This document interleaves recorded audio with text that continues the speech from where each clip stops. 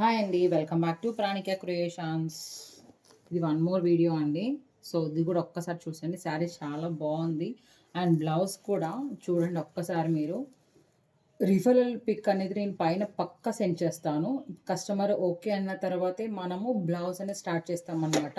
శారీ పంపిస్తే మనం పీకో, fall and bangles ఇంకా ఎక్స్ట్రా ఏమైనా కావాలన్నా కూడా మన దగ్గర అన్నీ అవైలబుల్గా ఉంటాయి.